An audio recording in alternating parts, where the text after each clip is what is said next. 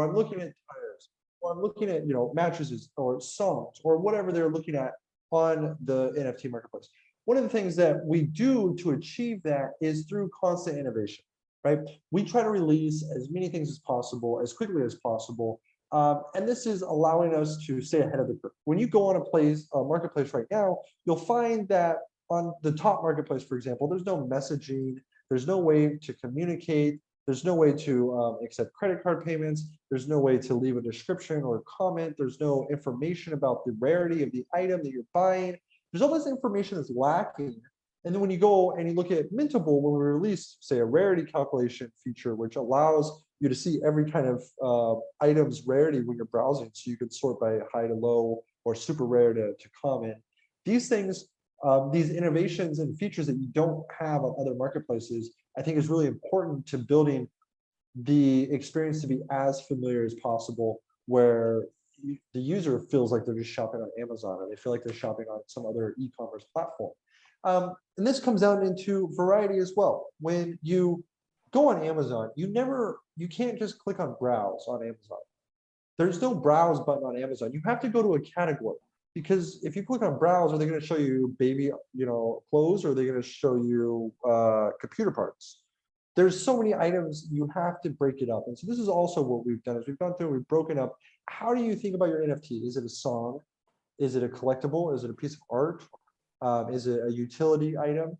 And one of the things unique about how we've thought about solving this problem is, if you look at Amazon, they have hundreds of categories and subcategories. And so we said, we should do that. But how do you just create hundreds of categories for NFTs when there's no categories anywhere else? And we spent a little bit of time, and we have 400 categories for NFTs. To give you an example of artwork, if you're uploading artwork on Mintable, there are 100, I want to say like 100 and 150 subcategories of artwork, from abstract to expressionate to, literally you name it. Like, we have the craziest stuff like Renaissance art, all the way up to, pixel art, right? And 8-bit art. So we have all these different categories of artwork that allow for you to know exactly what you're looking for, or to be able to be found when someone is looking for something specific.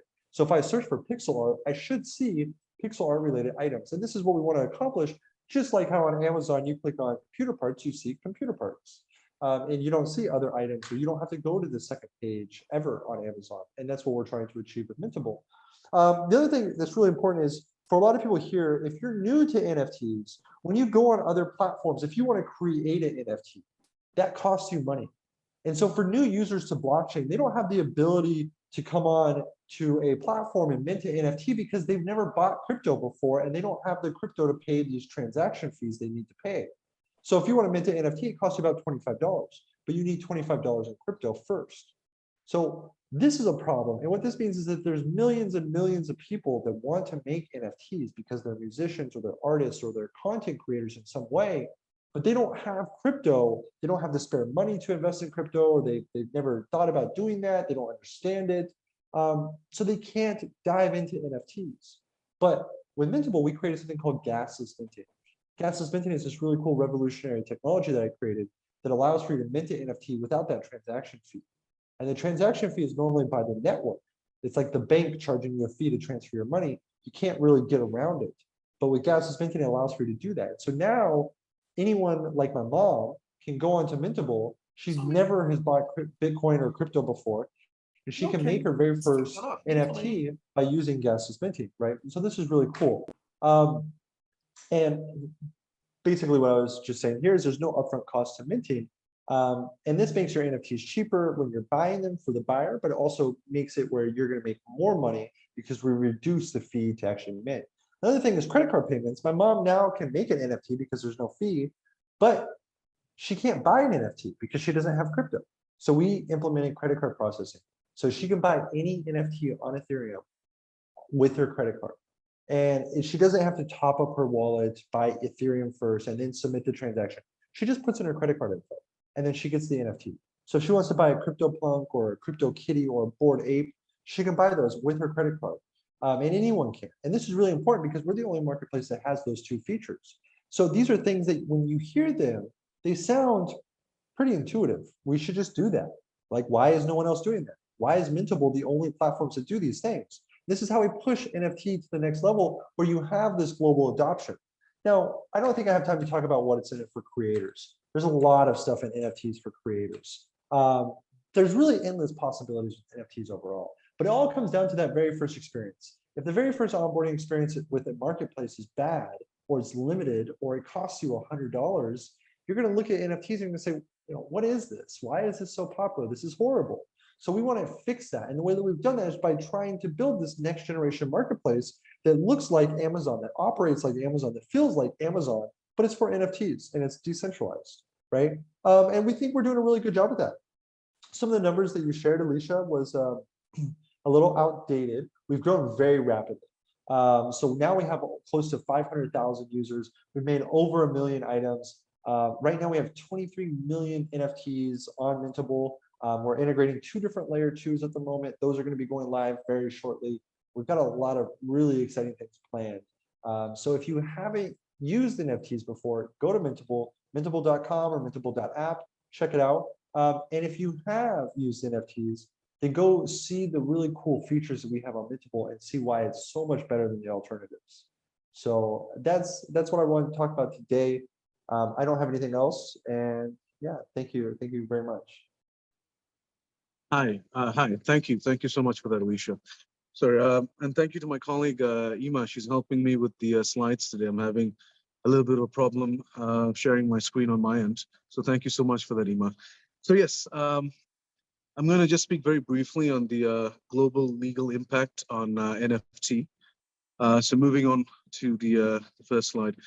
So, issuers, advisors, purchasers of NFTs, they must consider the legal status and regulatory frameworks across multiple jurisdictions as far as NFTs are concerned, because NFTs are available and traded globally on DLT platforms that operate beyond borders. Most jurisdictions, like Singapore, have not yet developed regulatory frameworks specifically applicable to NFTs, although some have implemented or published plans to regulate DLT or crypto assets more broadly. So, things are being planned, and we'll probably see it in the future, but at the moment, not so much. One notable exception would be Liechtenstein, which has established a law regarding the civil and supervisory framework for the tokenization of rights in physical assets, which covers certain NFTs. So for the next slide, so I'm just going to talk about certain issues with regards, legal implications. These are the issues that you have to bear in mind when we talk about NFTs. One of the things would be licensing issues. So as I said, the majority of jurisdictions do not have legislation or regulations specifically applicable to NFTs as yet. A lot of them do have legislation in regards to cryptocurrencies, perhaps, but not NFTs per se. So, however, many existing regulations may still apply, but this will depend on the characteristics and features of the token, the activities performed in respect of the token, and the territorial scope of the particular regulatory framework. So it's necessary to analyze the regulatory position in each jurisdiction where the NFT is issued, marketed, and where the key participants are based, as the regulatory regimes can vary significantly globally. Another issue to bear in mind would be taxation issues. So the tax treatment at this point in time of NFTs remains unclear. So whilst crypto assets are considered to be property for tax purposes by most jurisdictions, the current lack of detailed legislation and guidance means that the precise tax treatment, it requires consideration of your existing tax rules and an attempt to kind of shoehorn or fit a given crypto asset within the most appropriate regime. Adopting this approach, of course, can give rise to considerable complexity and uncertainty, as jurisdictions must look at a variety of factors, such as what is the nature of the crypto asset, what it represents, and its intended use, and whether any analogies can be drawn from the relevant jurisdiction's existing approach, if any, to taxation of cryptocurrencies. So let's give an example. Let's say that you're an issuer of NFT, and if you sold your NFT to someone, so if you think about taxation, you have to think about what exactly is being sold. Is it the underlying asset? Is the underlying asset an intangible asset? Is it a financial instrument or a physical asset? So is it certain limited rights in the underlying asset, such as it's just the NFT itself? So things such as capital gains taxes, income taxes, VAT, sales taxes, GST, any other transfer taxes may be relevant depending on the answers. So if the sale falls within deemed market value rules, how do you value the NFT in a potentially liquid market when it's supposed to represent something unique and merely confer the may merely confer the status of owning the NFT itself without any meaningful right in an underlying asset? Which jurisdictions get to claim taxing rights?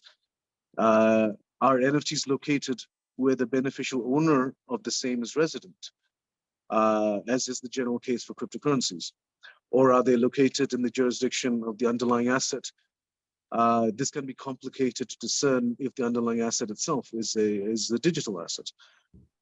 Will the purchaser be able to claim a loss for tax purposes if the underlying asset is hacked, duplicated, counterfeited, destroyed, or deleted, or the link between the NFT and the underlying asset is broken? So because of this complexity, it's likely that a significant proportion of transactions involving NFTs, it remains unreported and untaxed due to this complexity and the decentralized and anonymous nature of crypto assets. The excuse me, the tax compliance and evasion risks with respect to NFTs have to date largely remain explored. It's a gray area, but as mentioned by the speakers previously, NFTs are something that's gaining in visibility and popularity, and it's becoming more mainstream because it's often linked with celebrities, things that generate interest in the general populace. So the OECD is developing proposals for effective reporting and information exchange for crypto assets, potentially making exchange platforms responsible for compliance in addition to taxpayers. And in the future, I guess we'll see these taxation issues are likely to become more complex in time to come. Another issue to consider would be resale rights issues. So the royalty payments or a commission process, it can be automated for NFTs issued on DLT platforms that utilize smart contracts. So this will help protect the artists and is beneficial in jurisdictions where perhaps the law does not recognize such resale rights relating to creative works, and they rely more on traditional contractual provisions. However, NFT issuers, they must be careful to select the right platform because some NFT marketplaces only function on specific types of DLT. So they have to ensure that they can enforce these royalties along with the inclusion of appropriate restrictions around resale. So this requires an analysis of the legal recognition or the enforceability of such smart contracts in each relevant jurisdiction. Ownership status is another important issue to consider. So when an NFT is transferred to someone else, so when you purchase an NFT, normally the copyright or the property rights in respect of the underlying work or the physical asset will not be transferred unless you have a specific agreement in place. So the purchaser of the NFT will typically receive the token and the rights to use the unique digital version of this token of the work for personal use, and then they can resell that copy of the work. But unlike a copyright holder, you don't have the right to make additional copies, distribute, display, or sell the work to someone else. So the NFT creator or the marketplace where the NFT is acquired can implement more permissive license terms, enabling the buyer broader rights to exploit the unique digital version of the work. But then the creator of the work must also be mindful of the license terms that any marketplace or the platform offers to ensure that he or she does not give up more rights than they intend to.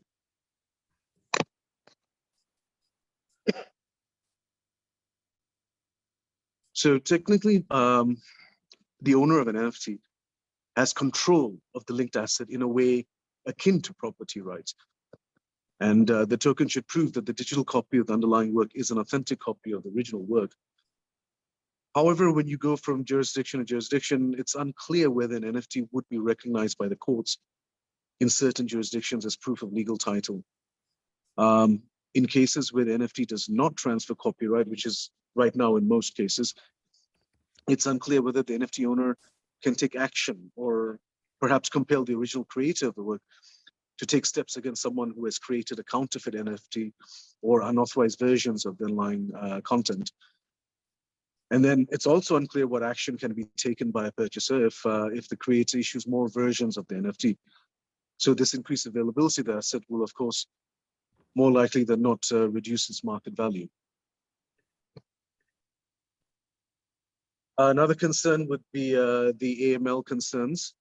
So the anti-money laundering, the NFTs pose serious AML concerns as they enable people to purchase physical art for high values anonymously, while posing no problems of physical transportation and storage, unlike if you're buying like paintings or sculptures. You won't have that issue when you're dealing with NFTs. So the Financial Action Task Force has recognized, which is the standard bearer for AML, has recognized that NFTs may create opportunities for money laundering or terrorist financing. And they've called for further regulation with respect to the same. So that's something that we can look forward to. We can see that happening. NFTs falling within the scope of existing AML regulations depends on each jurisdiction's local implementations of FATF guidance in relevant jurisdictions and the specific characteristics of the NFT. So for the next, so these are, some other considerations when we talk about NFTs, data and storage. So if the NFT is stored on a conventional server, there's always a risk that the file could be changed or deleted, or the server could shut down, thereby breaking the link between the asset and its corresponding NFT. Certainty of the reliability and security of the link and the server hosting the NFT is therefore essential. A better alternative is a distributed, decentralized storage system, but as of now, it's not widely adopted yet. There are litigation issues to consider as well.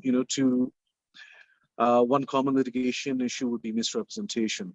So to avoid the issue of misrepresentation, NFT issuers should be clear with purchasers about the risk of market volatility, leading to a complete loss in value of the NFT. It's also unclear whether NFT owners have any rights in relation to the underlying asset in such a case if that value is gone.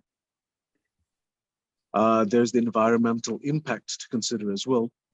The execution and validation of NFT transactions on a blockchain, and I think in this case, the Ethereum blockchain is computationally intensive, and it uses a significant amount of energy.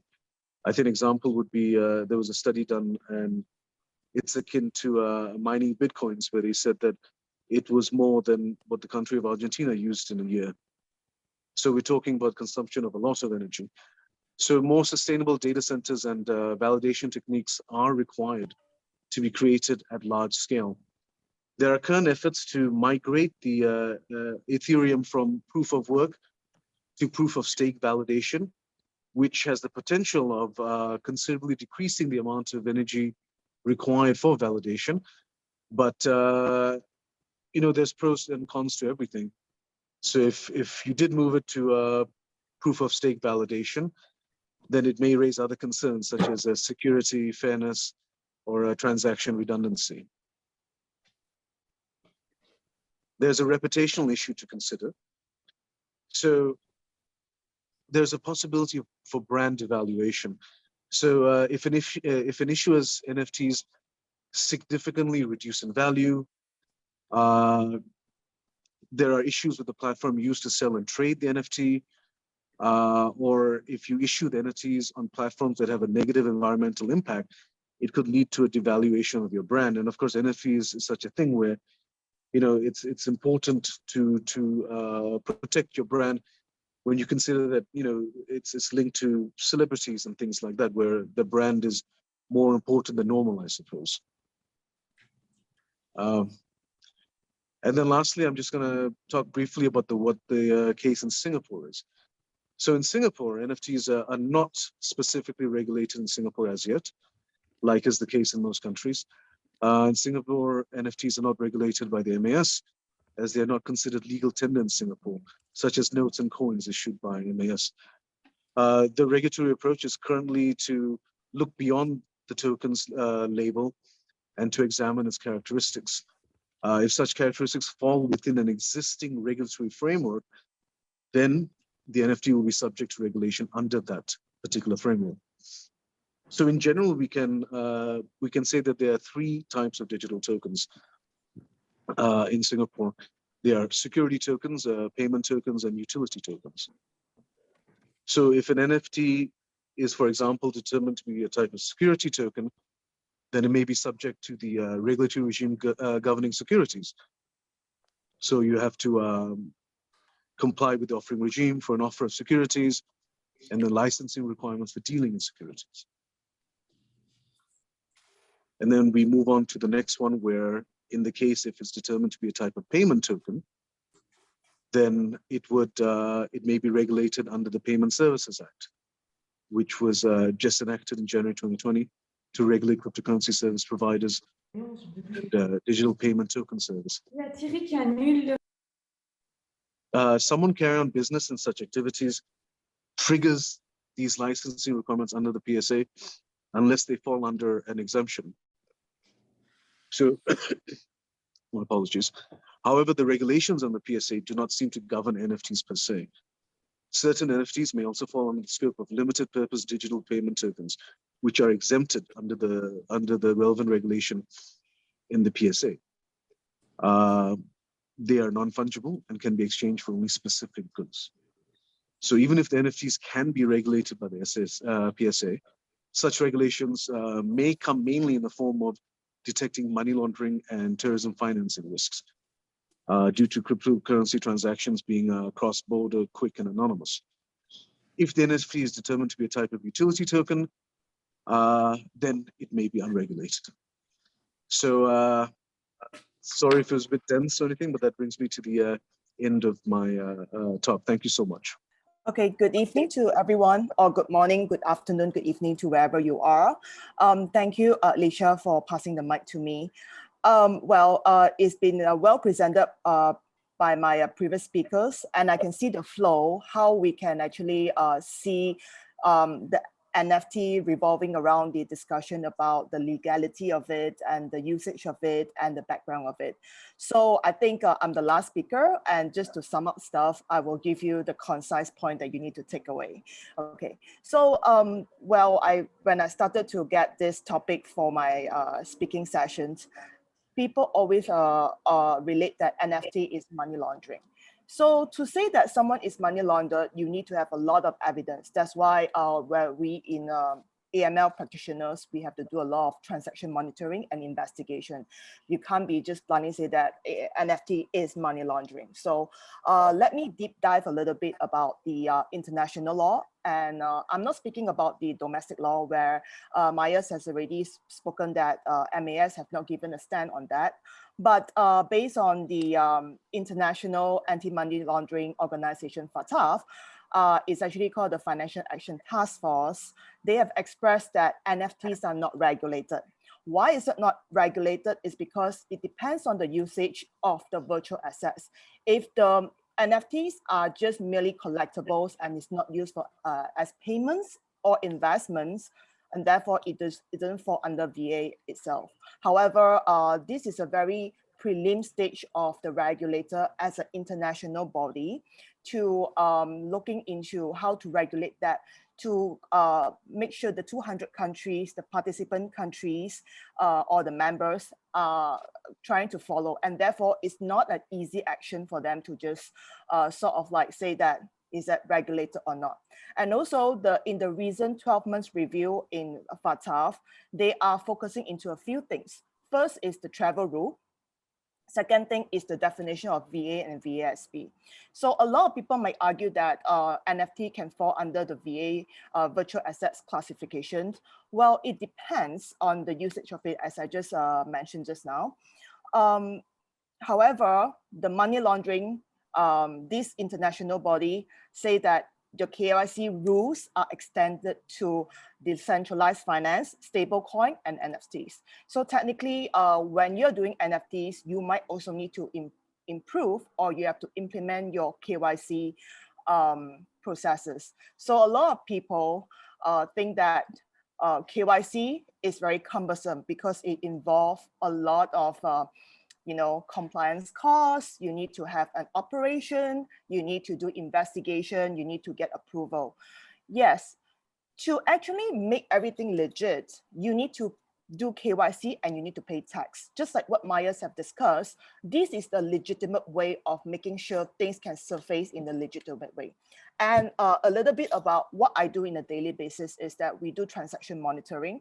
We always ask people that is investing in cryptocurrency or in the fiat world, where is the source of funds and source of wealth?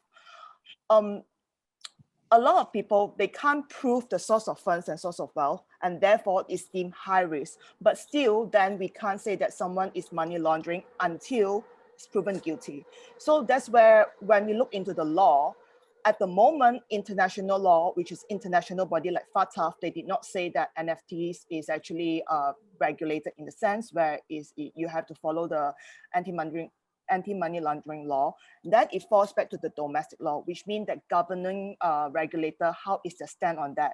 So far at the moment, because it's a very new topic, a lot of regulators around the Southeast Asia, or even I would say that the FinCENs, they do not really have expressly discussed how they actually view on that, because if they say that, then it will impact like what Alicia has been talking and during her intro, that Hollywood stars are going in.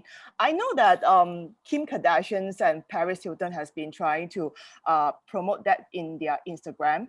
However, I think they caught some not legal battle, but I would say that some issues with the FinCEN.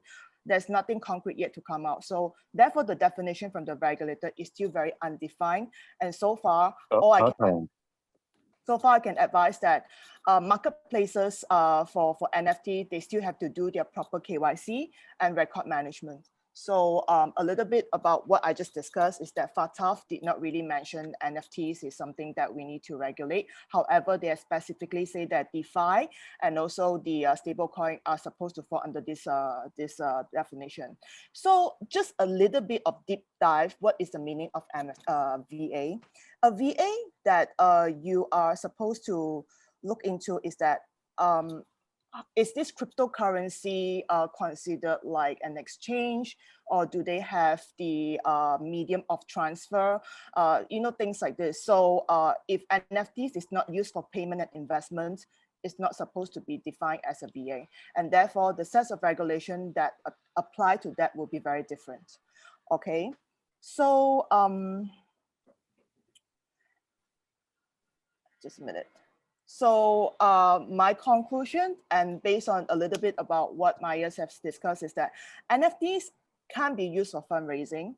I know some of them are using for fundraising, but I think the regulator, if they catch it, they will have to issue warnings on these people. So NFT are not supposed to use for fundraise, and NFT owners do not own the intellectual property.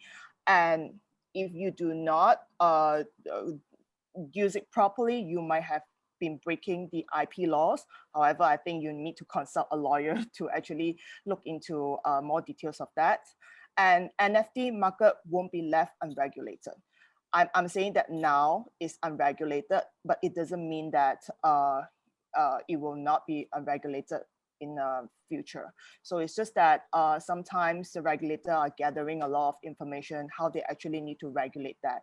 And of course, looking at the legal definition as well, when they make a law or laws, they need to also gather and get opinion from the market as well, or maybe some task force actions into looking into how to regulate in a proper manner. So a little bit about KYC. I think at the moment, most of the NFT marketplaces have not been, they have been skipping away with the KYC portion. And that's the reason when you're investing in NFT, it's deemed to be riskier than the normal DEXs. Well, I would argue that, you know, back in 2017 and 18, the DEXs are not following the laws of proper KYC. Even Binance now, you're still going to find issues that they are having issues to, you know, do KYCs, and, you know, domestic regulators are also finding fault at them. So I think to have a self-regulation now before the domestic regulators are coming after them, they should practice a good KYC self-practice, and also they need to use good e-onboarding as well. E-onboarding tool, that's one of our product in Gravitas.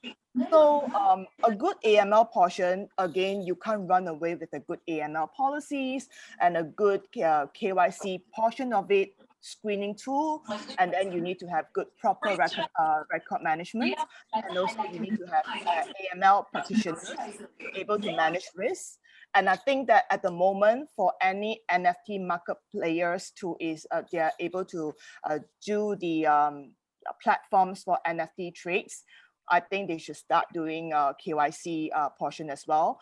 And the more detail of information you're gathering from your customer, it's better for you to protect yourself as a NFT market platforms, because law can apply retrospectively, and it's your job as the owner of the NFT marketplaces to actually ensure that you are not onboarding any clients that have not so good record, or maybe you are onboarding someone which is sanctioned, either a sanctioned person, a sanctioned group, or a sanctioned country, because you do not want people to use your platform to layer it or to use it as a money laundering tool, because money laundering tool can actually, it's not like just one person is getting into that.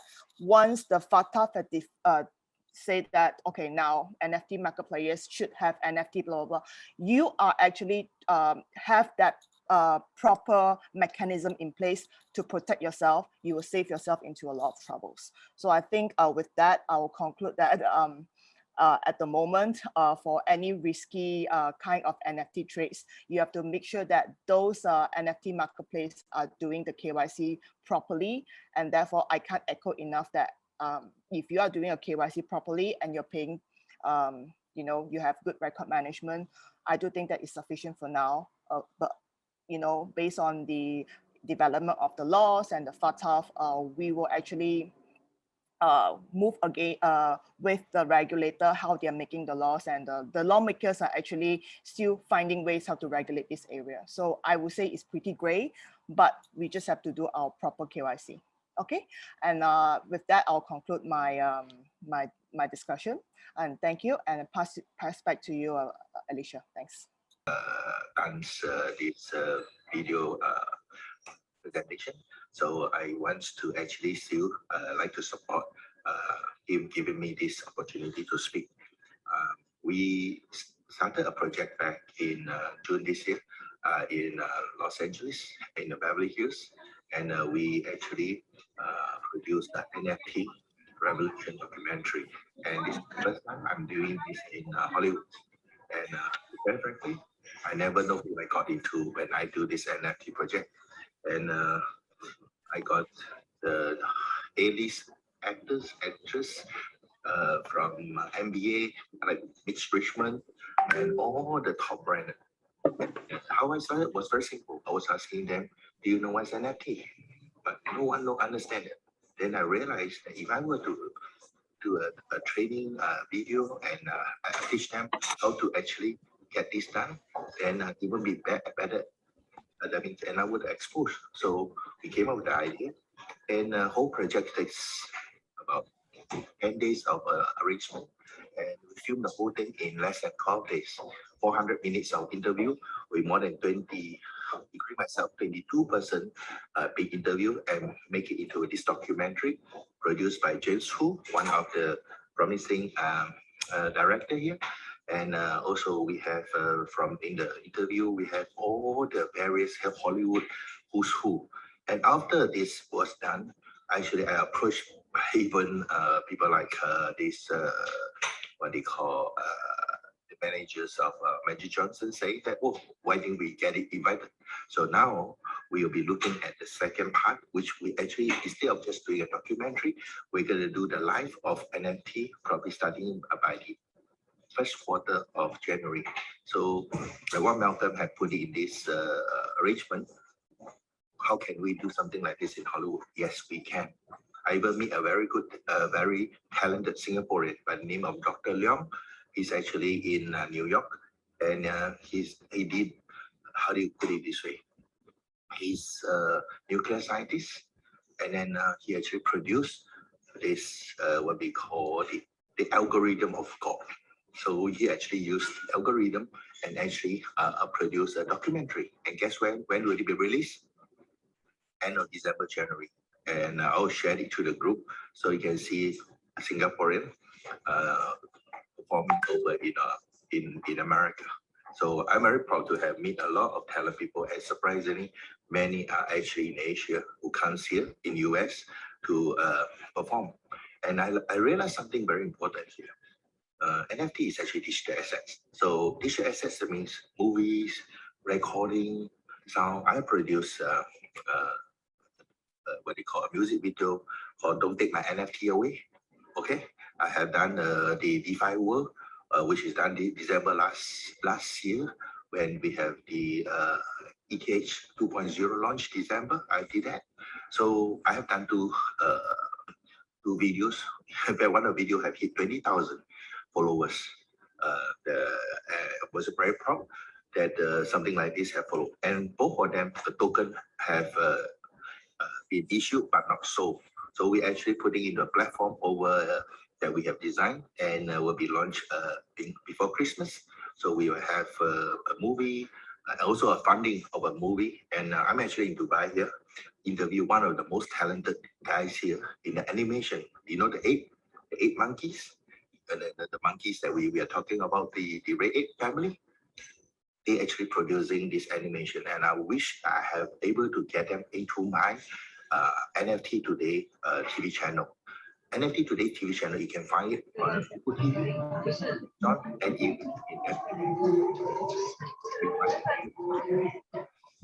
we actually watch live telecast of our streaming TV, almost like a Netflix, and also that's why I say we can be in Hollywood. And this is the subject that the team have given to me, and I have done my share to start this. But the talent that I have over, I believe, around the world, and I have also invited my friends over in Hollywood to actually view this interview that or rather this webinar they're going to have, and I also like them to share their thoughts into this area. So we already have, instead of telling people what we do, but we actually have done it. And I'm looking forward to even having a series or even a season of animation, plus our own TV series that will be done every month, coming out using NFT fundraise. So everybody becomes a character in the movie. So if you want to be a movie star, we have pre-qualified, that means the ownership of token. So if you own about 20 tokens, up to 50 tokens, you can even position, so like crowdfunding ethics. So you actually come to do this, and I'm going to promise you a Hollywood. And I'm producing it. I have many talent, actual producer, the cameraman, the crew. I'm telling you, this is the best experience you'll be. And if you have the chance, contact us, contact Malcolm. You can get me, and I will willing to help you, or watch our NFT Today TV channel. You learn everything that we are teaching you, from making movie, from making wallet, from making anything, handling anything. So do that. And I thank Malcolm for giving me this time to actually have this recording to be aired to the viewers. Thank you. I'm on my way to London, and there's a big one coming up. I'll tell you